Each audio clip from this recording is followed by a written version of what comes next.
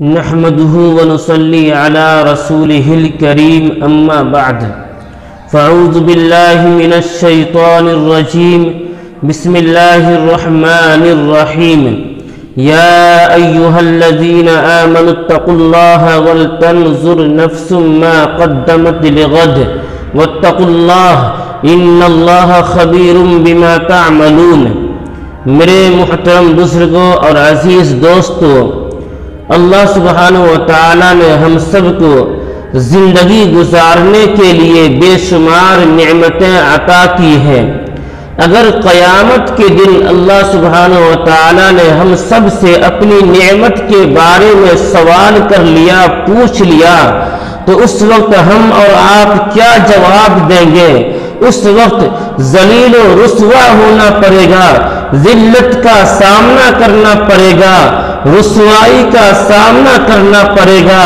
میرے دوستو، اللہ کی ایک نعمت کی قیمت اتنی زیادہ ہے، اتنی زیادہ ہے کہ پوری دنیا مل کر بھی اللہ کی ایک نعمت کی قیمت ادا نہیں کر سکتی ہے۔ میرے دوستو، ایک غریب سائل، ایک فقیر، ایک محتاج، ایک عارف باللہ عمر رسیدہ بزرگ کے پاس گیا اور دستے سوال دراز کیا، اپنے ہاتھوں کو پھیلایا اور اپنی زبان قال سے یوں گویا ہوا، یعنی کہا کہ حضرت میں فقیر ہوں، میں محتاج ہوں، میں تنگ دست ہوں، مہربانی کر کے اللہ کے نام پر مجھے کچھ عطا کر دیجئے۔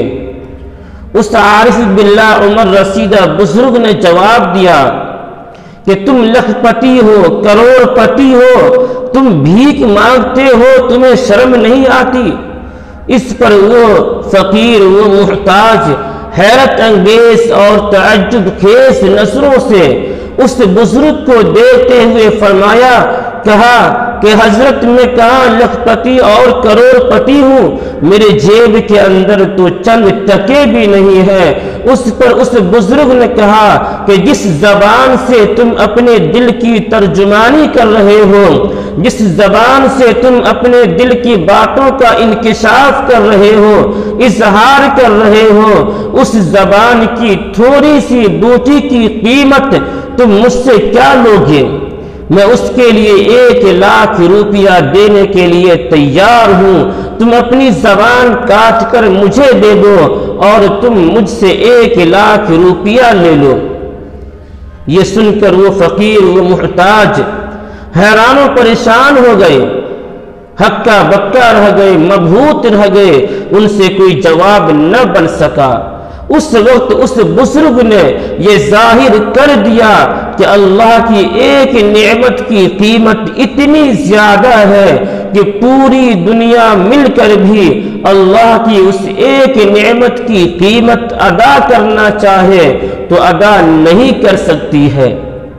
میرے دوستو، جب قیامت کا ہولناک منظر ہمارے سامنے ہوگا، ہر شخص کو اپنی اپنی پری ہوگی، ہر شخص نفسی نفسی کے عالم میں ہوں گے۔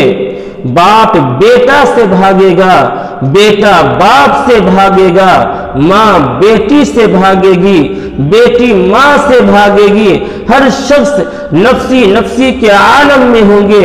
انبیاء بھی، صحابہ بھی، صلحاء بھی، اتقیاء بھی، اصفیاء بھی، علماء کرام بھی اور خطباء اعظام بھی، ہر شخص کو اپنی اپنی پری ہوگی اور ہر شخص نفسی نفسی کے عالم میں ہوں گے۔ ذرا غور کیجئے کہ اس وقت ہم اور آپ کس حال میں ہوں گے۔ اس لیے میرے دوستو، اس وقت کے آنے سے پہلے عقل مندی، دانش مندی اور ہوش مندی یہ ہے کہ اس وقت کی تیاری کر لی جائے۔ میرے دوستو اور بزرگوں، قرآن کریم کے اندر اللہ سبحانہ و تعالی نے ارشاد فرمایا ہے، کان مقدارہ 50,000 سنہ، کہ حشر کا ایک دن، قیامت کا ایک دن، اس کی مقدار دنیا کے 50,000 سال کے برابر ہے۔ یوں تو اب انسانوں کی عمر 55 سال کی ہو رہی ہے، 60 سال کی ہو رہی ہے، اس کے بعد انسان اپنے مالک حقیقی سے جا ملتے ہیں، داعی اجل کو لبیک کہتے ہوئے دار بقا کو ہمیشہ ہمیشہ کے لیے چلے جاتے ہیں۔ اب فرض کیجئے کہ اللہ تعالیٰ نے ایک انسان کی عمر 60 سال دی ہے، اب اس 60 سال میں سے 15 سال بچپنا کا نکال دیجئے کہ بچپنے میں اس کی 15 سال کی عمر گزر گئی، اب باقی بچا 45 سال۔ 45 سال میں دن بھی ہوتا ہے، رات بھی ہوتی ہے، اس لیے رات کے حصہ کو بھی نکال دیجئے، یعنی 45 سال کو 2 حصوں میں تقسیم کر دیجئے، باقی بچا 22.5 سال۔ 22.5 سال میں بھی کچھ اوقات کھانے پینے میں اور موج مستی کا نکال دیجئے اور کچھ اوقات دوسری ضروریات کے لیے نکال دیجئے۔ اب تھوڑی سی زندگی بچتی ہے انسانوں کے پاس، اب اس تھوڑی سی زندگی کے لیے ہم اور آپ اور پوری دنیا کے تمام انسان کس قدر اور کس طرح پریشان حال ہیں۔ میرے دوست اور بزرگوں، ذرا غور کیجئے کہ ہم اور آپ کس حال میں ہیں۔ تھوڑی سی زندگی کے لیے صبح سے لے کر شام تک محنت کرتے ہیں، جد و جہد کرتے ہیں، اور بسا اوقات رات کے اندر بھی محنت کرتے ہیں، اور ان سب باتوں کے باوجود بھی اور ان تمام چیزوں کے باوجود بھی ہمارے اوپر دنیا ہی کی فکر سوار رہتی ہے۔ ہمیں اس بات کا بالکل احساس نہیں ہوتا کہ مرنے کے بعد ہم کس حال میں ہوں گے، مرنے کے بعد ہمارا کیا حال ہوگا، اس کا بالکل بھی احساس نہیں ہوتا۔ میرے دوستوں اور بزرگوں، یہ کاروبار، یہ تجارت اور یہ دکان، یہ روپیے اور یہ پیسے اور یہ جاہ اور یہ مرتبہ کب تک آپ کے ساتھ میں ہے؟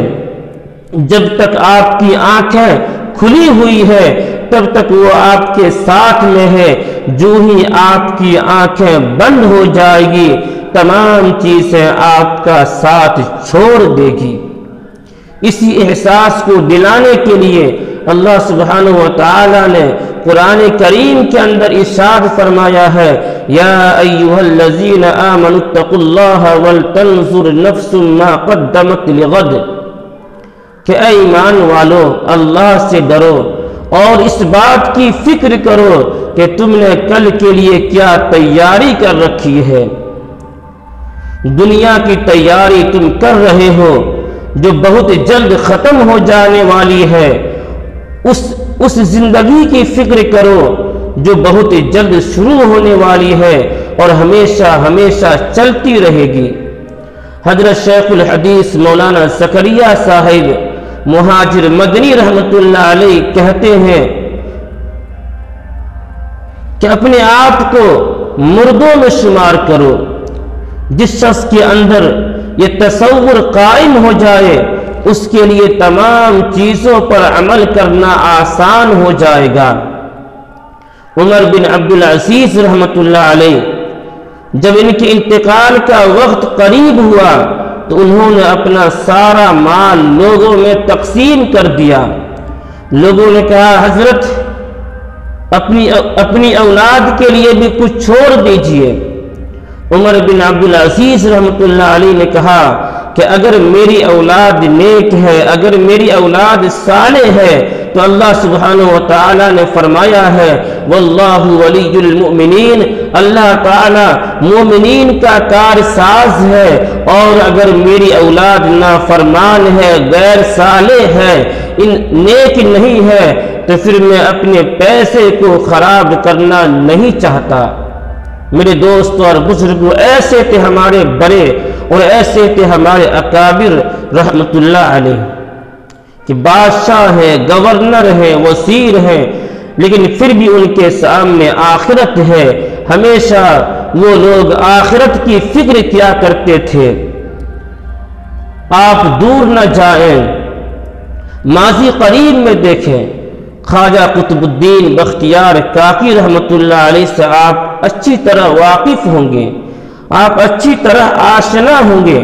خواجہ قطب الدین بختیار کاکی رحمۃ اللہ علیہ اللہ کے بہت بڑے ولی گزرے ہیں، اللہ کے بہت بڑے دوست گزرے ہیں، اللہ کے برگزیدہ بندے تھے۔ خواجہ قطب الدین بختیار کاکی رحمۃ اللہ علیہ کو اللہ تعالیٰ نے بہت اونچا مقام عطا فرمایا تھا، چنانچہ جب خواجہ قطب الدین بختیار کاکی رحمۃ اللہ علیہ کے مرنے کا وقت قریب ہوا تو انہوں نے وصیت کیا کہ میری نماز جنازہ وہ شخص پڑھائے جس کے اندر 4 شرطیں پائی جاتی ہوں۔ خطرناک شرط ہے، سن کر سوچنے پر مجبور ہو جاتے ہیں لوگ۔ چنانچہ پہلی شرط یہ ہے کہ جس کی پوری زندگی میں، ساری زندگی میں کبھی تکبیر اولیٰ فوت نہ ہوئی ہو، سفر میں، حضر میں کبھی نماز قضا نہ ہوئی ہو۔ دوسری شرط یہ تھی کہ جس کی پوری زندگی میں عصر کی 4 رکعت جو سنت ہے وہ کبھی فوت نہ ہوئی ہو۔ تیسری شرط یہ تھی کہ تہجد کی نماز کبھی فوت نہ ہوئی ہو، کبھی نہیں چھوٹی ہو۔ اور چوتھی شرط بہت خطرناک ہے جو ہر انسان کے لیے بہت مشکل ہے۔ چوتھی شرط یہ تھی کہ کبھی کسی غیر محرم عورت پر نگاہ نہ پڑی ہو۔ 4 عورتوں کے علاوہ یعنی ماں، بہن، بیوی اور بیٹی کے علاوہ 5ویں عورت پر کبھی نگاہ نہ پڑی ہو۔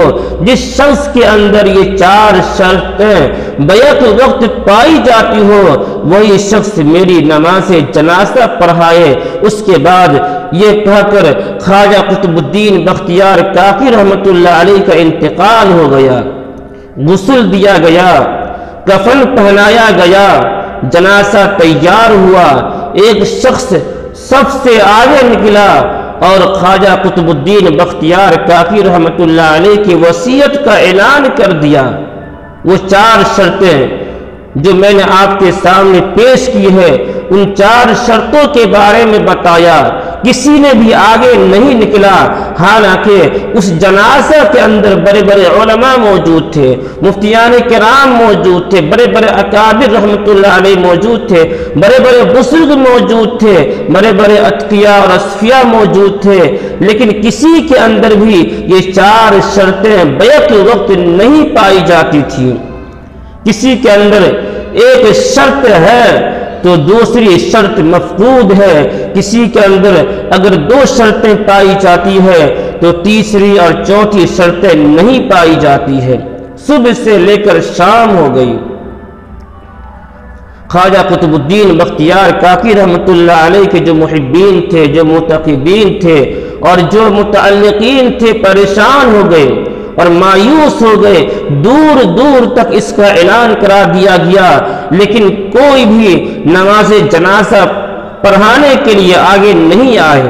جب شام ہو گئی ہے ایک شخص اگلی صف سے آگے نکلا اور جنازہ کے پاس گیا اور خواجہ قطب الدین بختیار کاکی رحمۃ اللہ علیہ کے چہرے سے کفن ہٹایا، چہرے سے کفن ہٹا کر کہا کہ اے ولیوں کے ولی، اے پیروں کے پیر، آج اگر میں تیری نماز جنازہ نہ پڑھاؤں تو اس روئے زمین پر کوئی ایسا شخص نہیں ہے جس کے اندر یہ 4 شرطیں بیک وقت پائی جاتی ہو، پھر کوئی بھی تیری نماز جنازہ نہیں پڑھائے گا، اور اگر میں تیری نماز جنازہ پڑھاتا ہوں تو پھر میرا راز فاش ہوتا ہے، لیکن مجبوری تھی، پڑھانا تھا۔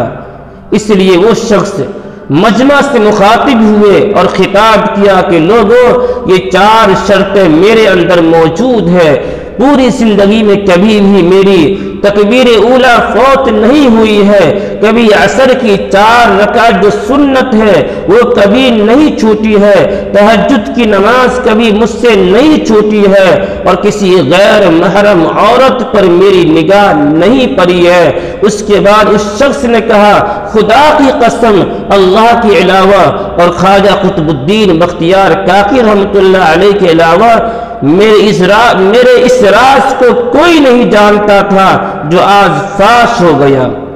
اس کے بعد اس شخص نے نماز جنازہ پڑھائی۔ میرے دوستو جانتے ہو وہ شخص کون تھا؟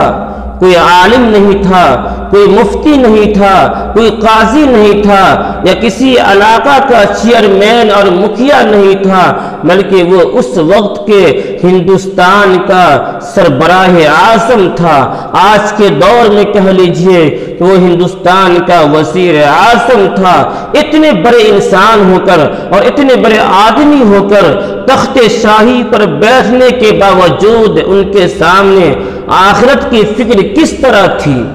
میرے دوست اور بزرگوں، جب لوگ کسی بڑے عہدے پر فائز ہوتے ہیں ان کو جگہ جگہ جانا پڑتا ہے، پروگرام کرنا پڑتا ہے، بھاشن اور اسپیچ دینا پڑتا ہے، وہاں مرد بھی ہوتے ہیں، عورتیں بھی ہوتی ہیں۔